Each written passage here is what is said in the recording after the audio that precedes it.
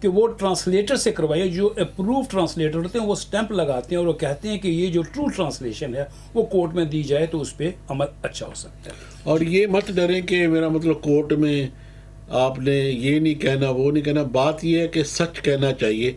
اگر if you are suffering, جیسے میں کہتا ہوں کہ کوئی چیز میں بھی اگر سفرنگ کرنی اچھی بات نہیں ہے، تو اگر آپ سفر کرتے ہیں، چاہے وہ ماڈرن ڈے سلیوری ہو یا میرا مطلب چاہے وہ ڈومیسٹک وائلنس ہو، اس کے لیے آپ کی مدد کے لیے ہمیشہ ہی قانون تیار ہے.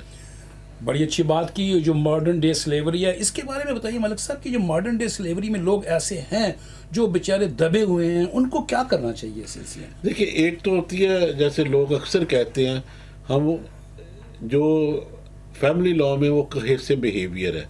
کوہیسو بیہیویئر یہ ہے کہ اگر آپ کو وہ چیزیں نہیں کرنے دیتے گھر میں جو آپ کرنا چاہتے ہیں، جیسے آپ کو سلیو رکھا ہوا ہے گھر میں، جیسے اکثر کہتے ہیں، چاہے میرا تو ملنے نہیں دیتے کسی سے، آپ کو فون نہیں دیتے، آپ کو ڈاکٹر میں نہیں جانے دیتے. So that is a cohesive behaviour. وہ کہتے ہیں نا روک ٹھوک ہمیشہ ہی کرتے رہنا، یہ ہے کوہیسو بیہیویئر.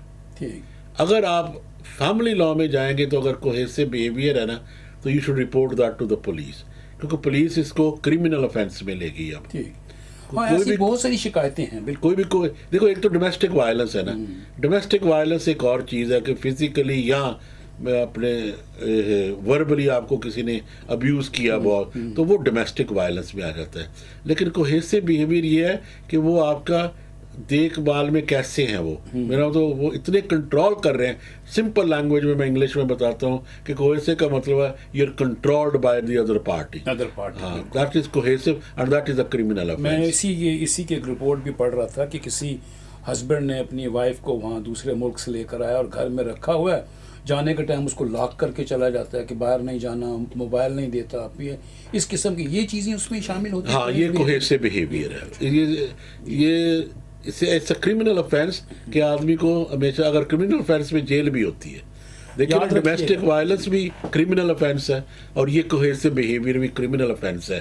لیکن اگر صرف ویزا کسی کو چاہیے تو میرا مطلب وہ اور چیز ہے. لیکن جس شخص نے یہ کیا ہے، چاہے وہ عورت ہو یا مرد ہو، اسے اس کا اپنے قانونی طور پہ اس کا میرا مزہ چکنا پڑے گا اگر if he has behaved in what the law states is not right. پور ٹریٹمنٹ جو آپ نے بتایا ملک صاحب نے، اگر آپ اس طرح سائلنس میں ہیں، اس میں نہ جائیے. آپ کے حقوق ہیں، اس پر کام کیجیے اور اپنے اوپر ظلم ہونے سے اپنے آپ کو بچائیے. دوسری بات میں یہ کرنا چاہتا ہوں کہ امیگریشن میں، یہ تو فیملی لاء میں تھا نا ہم نے جو بتایا، امیگریشن میں بہت ہے ماڈرن ڈے سلیوری. وہ ایسا ہوتا ہے کہ یہ ماڈرن ڈے سلیوری سمجھتے ہیں لوگ کہ یہ کیسے ہو سکتی ہے. یہ میں بتاتا ہوں. آپ لوگوں نے کسی سے پیسے لے لیے وہاں سے، یا پیسے لگا دیے کسی سے کہ مجھے وہاں لے جا. وہ آپ کو یہاں لا جاتا ہے اور آپ سے وہ کام کراتا ہے کہ میرے پیسے پورے کرو. Right, that is slavery. That is trafficking and slavery, وہ جو کر رہا ہے. رائٹ. اگر آپ جیسے اکثر یہ اسٹوڈنٹ ہے جو بیچارے میرا مطلب راستے اس کا ویزا لگ جاتا ہے، پھر یہاں آ کے چھپ کے کام کر رہے ہیں، نہ ان کو پتہ ہے کیا کام کر رہے ہیں. یہاں تک میں نے کیس کیے ہوئے ہیں کہ جو ڈرگ فیکٹریز ہے اس میں سے لوگوں کو کام کراتے ہیں کہ باہر نہیں جانے دیتے. رائٹ.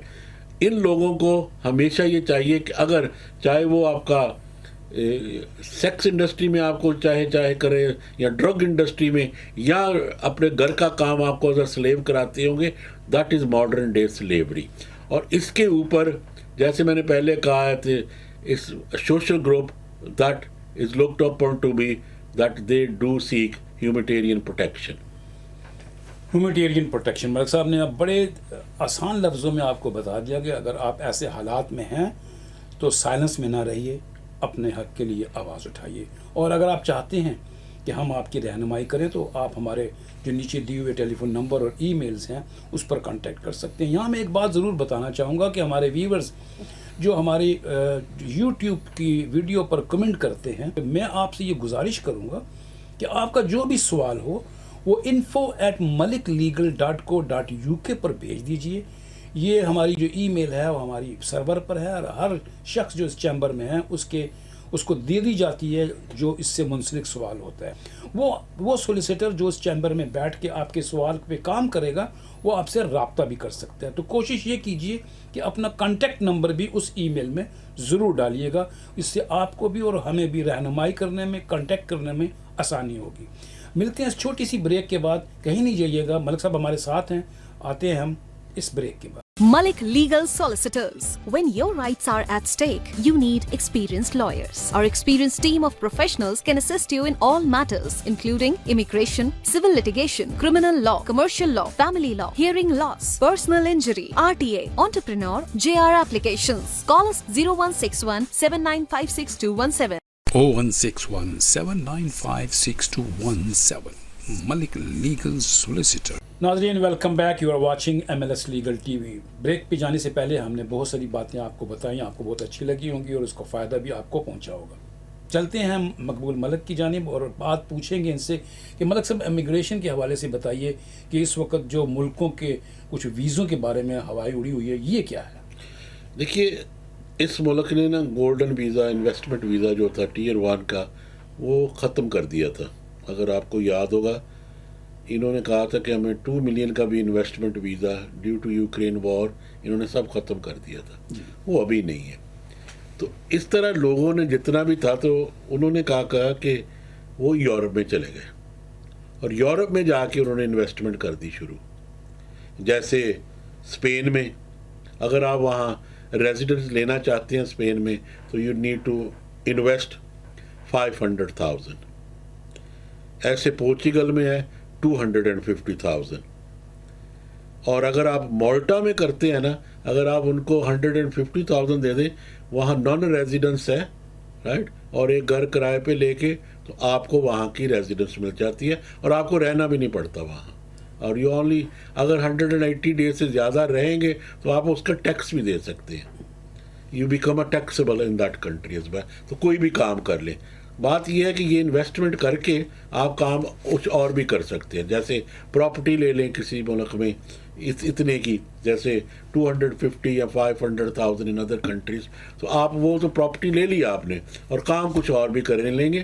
اس کے بجائے آپ کو وہ گولڈن ویزا دے دیتے ہیں اور جتنا آپ افورڈ کر سکتے ہیں اسی کنٹری میں جائیں. اس کا فائدہ کیا؟ پہلا فائدہ یہ ہے کہ آپ کو پورے ای نیشنل کنٹریوں میں you can visit for 90 days any time. کوئی ویزا نہیں چاہیے. اگر آپ کے پاس یہ ویزا ہے، گولڈن ویزا ہے تو کتنی بھی کنٹری ہیں، جتنی بھی یورپین کنٹری ہیں، چاہے وہ جرمنی ہو، گریس ہو، اسپین ہو، اٹلی ہو، چاہے بیلجیم ہو، ہالینڈ ہو، فرانس ہو، یہاں تک کہ ناردرن آئرلینڈ. تو وہاں صدرن آئرلینڈ میں اگر آپ رہنا چاہتے ہیں وہ بھی بہت ایزی ہے. وہ 400,000 مانگتے ہیں رائٹ. وہاں آپ 400,000 انویسٹمنٹ کر کے تو آپ وہاں کا گولڈن ویزا مل جائے گا. اور آپ جہاں اگر وہاں کی آپ کے پاس رہائش ہے تو انگلینڈ میں بھی اینی ٹائم آپ کا آنا جانا ہو سکتا ہے. اس میں کیا فائدہ کیا ہے صدرن آئرلینڈ میں کہ آپ پورے یورپ کو وہاں سے جا سکتے ہیں. جیسے اسپین، جیسے میں نے پہلے کہا، جتنا بھی یورپ ہے وہ آپ کے پاس ویزے ہیں کہ 190 days میں آپ کو انٹری وہاں مل جائے گی.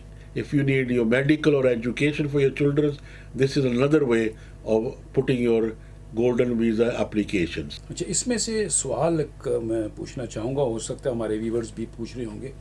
ایک تو یہ جو آپ نے بتایا کہ یہ اتنے تھاؤزنڈز لگیں گے اسپین میں یا اٹلی میں یا جرمنی میں، یہ ڈالرز میں ہے یا ان کی کنٹری کی کرنسی ہے؟ یہ میں بات کرتا ہوں یورو میں. یہ یورو میں ہے. یاد رکھیے گا یہ جو اماؤنٹ بتائی گئی ہے یہ یورو میں ہے. دوسرا ایک سوال اسی کے ساتھ یہ تھا کہ کیا ہمارا آفس ان تمام کنٹری میں کوئی اگر جانا چاہے کسی ملک سے تو ہم رہنمائی کر سکتے ہیں؟ یہی میں بات کرنا چاہتا ہوں کہ اٹس ناٹ اسٹریٹ فارورڈ جو لوگ سمجھتے ہیں، تو ہم ان کی پوری رہنمائی کر سکتے ہیں پرووائڈیڈ یہ ثابت کر دیں کہ جو ان کے پاس پیسے ہیں وہ لیگل ہیں. یہ ضرور میں نے جو انڈر لائن ضرور کروں گا کہ بیفور یو ڈیسائیڈ کہ کئیوں کے پاس میرا مطلب کہیں منی لانڈرنگ کا پیسہ نہ ہو کہ آپ وہاں بھی ٹربل پہ ہو جائیں اور یہاں بھی ٹربل پہ ہو جائیں. تو یہ ضرور رکھیں کہ اس کی 3 کیٹیگری ہیں. ایک تو آپ کا کرمنل ریکارڈ نہیں ہونا چاہیے. دوسرا آپ کے پاس جو پیسہ ہے نا وہ کلین ہونا چاہیے. اور 18 سال سے زیادہ آپ کی عمر ہونی چاہیے. these